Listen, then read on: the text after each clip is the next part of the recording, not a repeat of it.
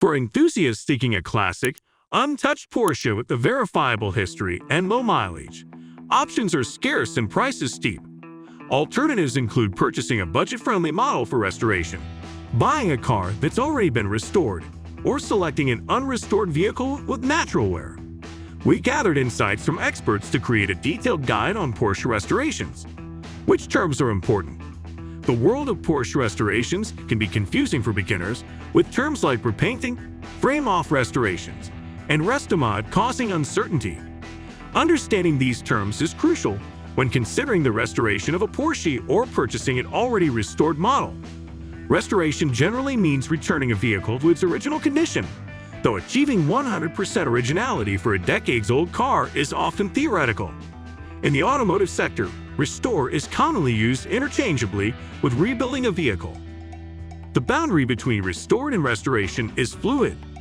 The passage emphasizes the importance of scrutinizing claims of engine and gearbox overhauls when considering vehicle services. The author cautions that merely sealing engines, replacing ignition distributors, and conducting routine maintenance do not constitute a comprehensive engine overhaul. True overhauls involve addressing significant components like piston/cylinder sets, connecting rod bearings, or crankshaft bearings. The author advises against forcing customers to replace unnecessary parts and encourages the use of as many original components as possible. The same meticulous approach applies to gearboxes, where simply replacing oil seals is insufficient. A genuine overhaul involves inspecting and replacing worn components like main bearings, fixed/shift gears, and synchroish. The author stresses the need for transparent documentation of all work performed for a clear understanding of the restoration process. What would the ideal Porsche restoration look like for you? The restoration process begins with thorough research on the delivery condition of the object, focusing on factors such as matching numbers, engine, transmission, and chassis, original color combinations, matching colors, special equipment, and body style. This information is obtained through a birth certificate from Porsche Deutschland GmbH, which includes details like engine number, transmission number, exterior color, interior equipment, and production figures for the model year. Following the assessment of the delivery condition, an inventory is conducted, and parts are inspected and overhauled according to factory specifications. The goal is to preserve and reuse as many original parts as possible, with replacement being considered only when necessary.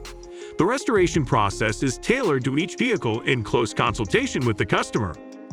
In which cases would you advise against completely restoring a Porsche? The author emphasizes the importance of preserving the originality of vintage cars, using the example of a 1955 Porsche 356 Pria convertible. They argue that repainting such a car, even with minor wear, can significantly decrease its value. In this specific case, maintaining the decades-old paint was preferred over a flawless repaint, resulting in a 90 to 120% increase in the car's value. The author recommends a partial restoration approach, preserving the original bodywork and paint while only overhauling necessary components. They stress the need for expert advice and highlight the absence of a one-size-fits-all restoration method, emphasizing the importance of tailoring the strategy based on the vehicle's overall condition and the customer's preferences. What exactly is the work performed during such a restoration? The process of restoring a Porsche, specifically a 1974 Targa 2.7, involves meticulous work in four main areas: body, powertrain, chassis, and interior. In the case of this narrow G-body Porsche 911 Targa, which is a rare chrome model, the restoration started with a well-preserved base, accident-free, rust-free, and unwelded. The restoration began with a complete disassembly, including paint removal using glass beads/plastic blasting and ice blasting for the inner body. The body underwent a careful paint rebuild with a recommendation for cathodic tip painting (CDP) to ensure optimal corrosion protection. This process involves chemically stripping and coating the body, offering comprehensive protection even in small joints and cavities. The result is a restored 911 Targa with a shining original brown copper diamond metallic paint, emphasizing the thoroughness and attention to detail in the restoration process. Does that still count as restoring a Porsche? The passage discusses a process involving cathodic dip coating for vehicles from the 60s and 70s, highlighting its disadvantages due to the conflict between originality and corrosion protection. The author emphasizes honesty with customers about the pros and cons of the process. The text also details the engine overhaul of a G model, mentioning the installation of mall pistons, cylinders, and other components from the 911S, resulting in a power increase to 175 HP. Additionally, the car deviates slightly from the original with the addition of an auxiliary oil cooler for improved cooling performance, balancing authenticity and enhanced everyday usability. The author emphasizes using original parts and keeping up with technical upgrades from Porsche AG. So, while restoring this Porsche 911 2.7 Targa, the restorer also improved it. The passage describes a meticulous restoration of a Porsche G model, focusing on achieving both authenticity and improved design. The restoration aimed to eliminate design weaknesses identified by Porsche and included subtle interior modifications based on customer preferences. The original beige artificial leather was replaced with a combination of beige genuine leather and Pepita fabric.